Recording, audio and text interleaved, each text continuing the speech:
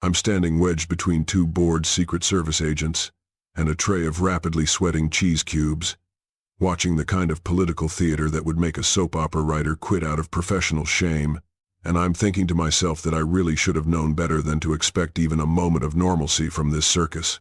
I'm a direct witness, trapped in the thick of it, close enough to feel the static every time Donald Trump clears his throat like he's about to deliver scripture instead of whatever scattershot declaration he's cooking up today, and the whole room is vibrating with that particular tension.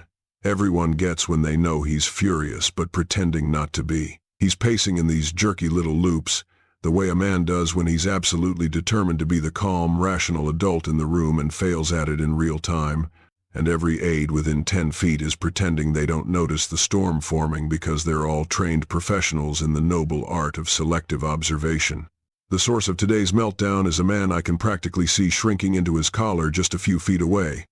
Kash Patel, the famously loyal foot soldier who somehow manages to look both proud and terrified, like a kid who just realized the science project he glued together last night is slowly catching fire on the teacher's desk. Normally, Trump loves this guy, or at least he loves the idea of him, which in Trump world is basically the same thing. But today the loyalty isn't quite enough to drown out the headlines swirling around like flies. The private jet for date night, the security detail for the girlfriend, the overconfident commentary on the Charlie Kirk investigation, each one landing in the press like a brick tossed through a window, and each one slipping under Trump's skin in ways I can practically feel from here. And the irony is so thick it might as well need its own escort, because I'm standing here watching the President of the United States fume over someone else's unflattering coverage, as though he hasn't built an entire career out of bulldozing past his own scandals with the grace of a man pushing a shopping cart with 3 broken wheels. Kash is shifting from foot to foot, pretending he's not sweating, while Trump's aides whisper to each other in that desperate, brittle way people whisper when they know the conversation they're about to have will end with someone losing a job or a limb. One aide mutters that this might be a warning shot. Another insists it's the real thing. And I can't help rolling my eyes because every crisis in this place is framed like a mafia message. Except instead of actual consequences, the threat is usually exile to some consulting gig. Fox News pretends is prestigious. Trump finally stops pacing long enough to glare at Kash the way someone glares at a dog that ate the Thanksgiving turkey but is still trying to look adorable. And Kash tries to smile. The poor man. As if a smile will erase the part where he allegedly flew government resources straight into a romantic evening like some dollar store James Bond. Trump sighs dramatically. The room holds its breath. And for a second I wonder if he's about to fire. Kash right here, right now, in front of the cheese cubes, and me. But then he shifts gears with this abrupt pivot into performative magnanimity that would be impressive if it weren't so predictable. He's doing a great job, he had said earlier during the turkey pardoning, that ridiculous moment when he turned a ceremonial bird festival into a loyalty shout-out, and I swear the air around him crackled with the sound of everyone trying to decode whether that meant Kash was safe or doomed. Because here, in this building, praise can mean either promotion or imminent execution, sometimes both in the same hour, and the only person who has any idea which direction the pendulum will swing is the man glaring at a loyalist. Like the loyalty is suddenly defective merchandise. I keep watching, absorbing every twitch and sigh because this is my vantage point, my unpaid front row seat to the unraveling, and the tension is building so quickly that even the walls seem to brace themselves as Trump steps closer to Kash. Trump steps closer with that slow, theatrical swagger he uses when he wants everyone to believe he's in total command of the moment, even though the flicker in his eyes is giving away his real mood, in the same way faulty wiring gives away the location of a short circuit. And I'm standing here thinking that if Kash had any survival instincts left, he'd already be crawling out through the nearest ventilation grate. Instead, he straightens his tie and tries to stand tall, which only makes Trump's irritation sharpen. Because nothing irritates Trump more than someone looking confident when he's decided they're supposed to look ashamed. The aides keep whispering. Nervous little fragments like "just ride it out and he'll cool off," and my personal favorite, "maybe Kash can explain," as though explanations have ever mattered here unless they're delivered with the emotional enthusiasm of a hostage video. Trump's voice finally cuts through the room like a rusty saw. low but dripping with that very specific tone he uses when he wants to sound reasonable while simultaneously auditioning for his own courtroom drama.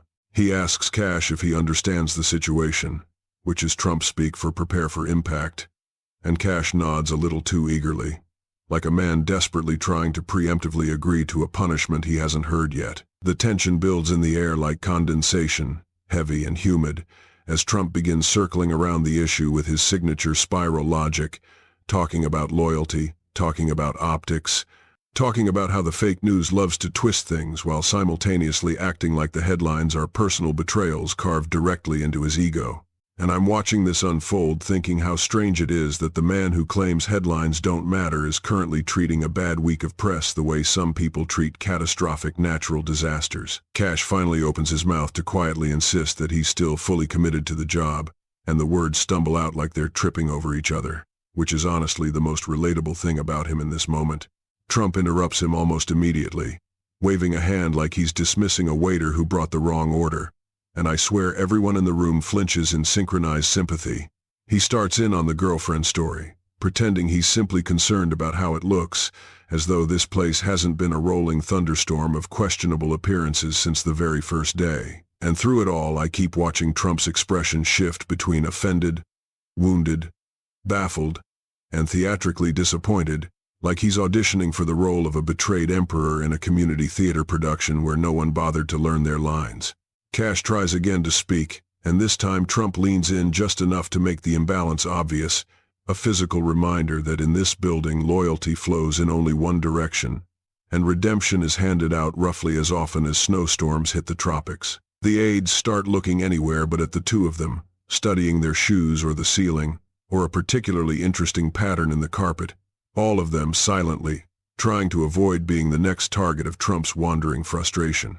And I'm standing here with this front row view, absorbing the awkward gravity of it all, watching as Trump pauses, inhales like he's preparing to deliver some grand decree, and then lowers his voice into this cold, almost bored register that somehow makes everything 10 times more ominous, especially for the man standing directly in front of him. Trump lowers his voice into that eerily calm register he uses right before he decides whether someone stays in his orbit or gets shot out of it like space debris.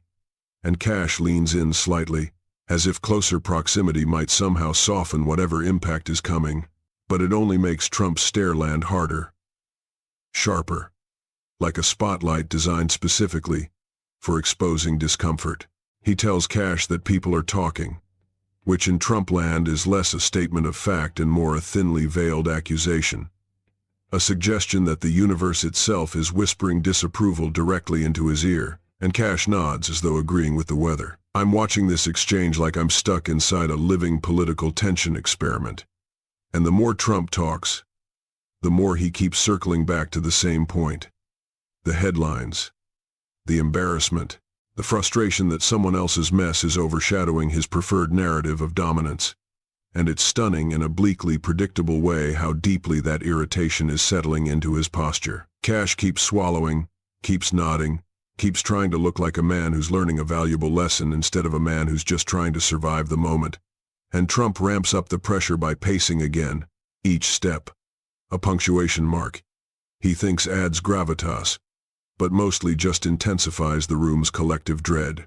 He mutters about how his enemies love this stuff, gesturing vaguely toward the ceiling as though MSNBC itself is lurking in the rafters taking notes, and one of the aides carefully suggests that perhaps the press is overreacting, which earns a glare from Trump so sharp it could cut marble. Kash tries to step in, mumbling something about how he didn't mean for anything to become a distraction, but Trump pounces on the word distraction like it's an insult, repeating it back to him in this offended, mocking tone, as though Kash personally reinvented the concept just to sabotage him. The room tightens again, everyone shifting their weight.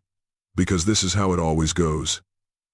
Something small ignites, something larger, and suddenly Trump is spinning the conversation into a lecture on loyalty, image, responsibility, as if he's the reluctant patriarch of a wildly dysfunctional family whose misbehavior keeps ruining his dinner parties. I'm standing here watching Kash's composure dissolve molecule by molecule, while Trump reminds him that this job is about trust, delivered with the irony of a man who treats loyalty like a rental agreement He can void the instant it becomes inconvenient. Every time Kash tries to acknowledge the point, Trump waves him off with this dramatic flick of his wrist, like he's brushing away a fly that had the audacity to offer input, and I can feel the humiliation thickening around Kash, even as he tries to keep his face steady. One aide coughs quietly, the kind of cough that's really a suppressed groan, and Trump whirls on them just long enough to make them wish they could evaporate.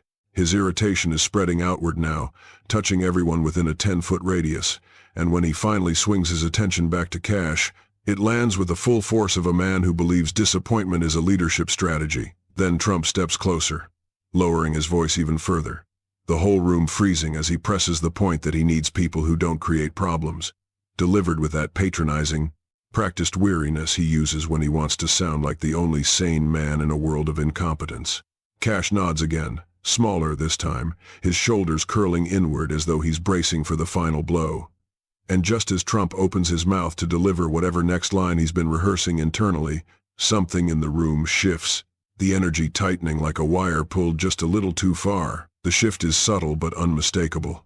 This quick ripple through the room as an aide hurries in from the hallway with that panicked politeness people adopt when they know they're about to interrupt something volatile, and Trump shoots him a look so sharp the poor guy nearly trips over his own hesitation, but he still leans in to whisper something in Trump's ear, something short that instantly scrambles the president's expression into a mix of annoyance and theatrical disbelief. Trump mutters unbelievable under his breath, loud enough for everyone to hear because he wants everyone to hear, and Kash stiffens as though whatever the whisper was is somehow about him too, which, in this environment, is always a valid assumption. The aide retreats so fast he might as well have left skid marks on the carpet, and Trump turns back toward Kash with the exhausted, put-upon air of a man who believes the universe has personally wronged him by refusing to rearrange itself according to his preferences. He gestures vaguely toward the hallway and announces that certain senators are now running their mouths about military oaths and illegal orders, and the words come out laced with irritation so thick it could be ladled onto a plate. And Kash instinctively shrinks half an inch, as if Trump's anger at someone else might still boomerang straight back onto him. Trump keeps rambling, spiraling into a tangled critique of lawmakers who dare to misrepresent him, and the irony is practically glowing in the air because the man complaining about misrepresentation is the same man who spent 15 minutes earlier performing outrage like it was his chosen art form. Kash offers a cautious, "Yes, sir," which only deepens Trump's scowl, because agreement from Kash right now feels to him like a malfunctioning GPS giving the wrong directions, and Trump's frustration ricochets off every surface in the room. He starts pacing again, fuming about weak Republicans and fake patriotism, all while Kash stands there absorbing the second-hand fury with the resigned posture of someone who knows the safest move is to resemble furniture and hope the storm passes. I'm watching all of this unfold with the kind of surreal clarity you get right before a car accident, where everything slows down just enough for you to fully comprehend the chaos but not enough for you to get out of the way.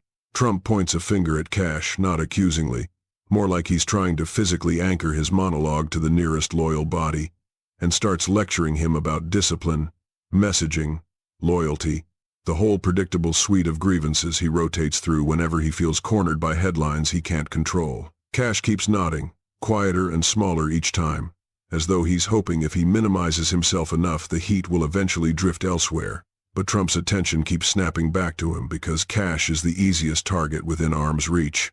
The symbol of a bad news cycle. Trump can't vent at directly. An aide tries to gently steer Trump back toward the original point of the meeting, whatever that even was. But Trump swats the attempt away with a huff, insisting that everything connects.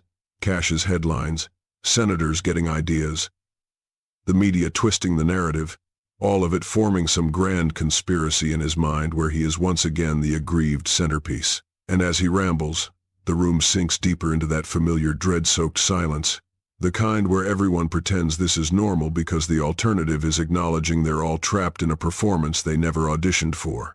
Kash finally manages to murmur that he's addressing the situation, but Trump barrels right over him, launching into another mini-rant about how he can't have chaos from people who are supposed to make things easier, and the irony hits me so hard I nearly laugh out loud. Trump keeps talking, pacing, gesturing, building steam.